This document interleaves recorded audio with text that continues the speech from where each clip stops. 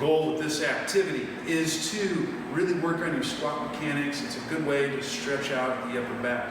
I usually program this move for someone who's a wide external angle, who perhaps has some external rotation limitations. It's solid for that. So if this sounds like you, this move's for you. Here's what you're going to do. Get yourself a ramp or elevate your heels on a book you don't like.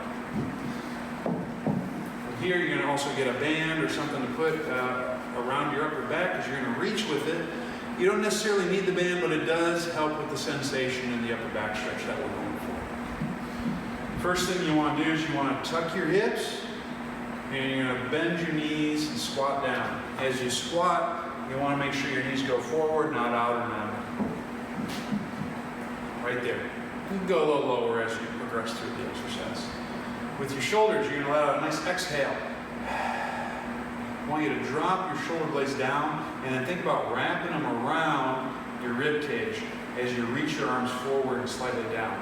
You want to make sure as you reach that you're not bending over like this. You don't want to crunch. It's down and forward as you reach.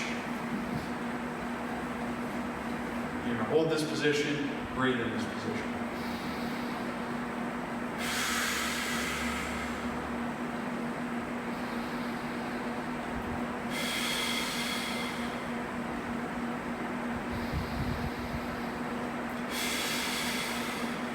And that's how it's done. Give it a shot.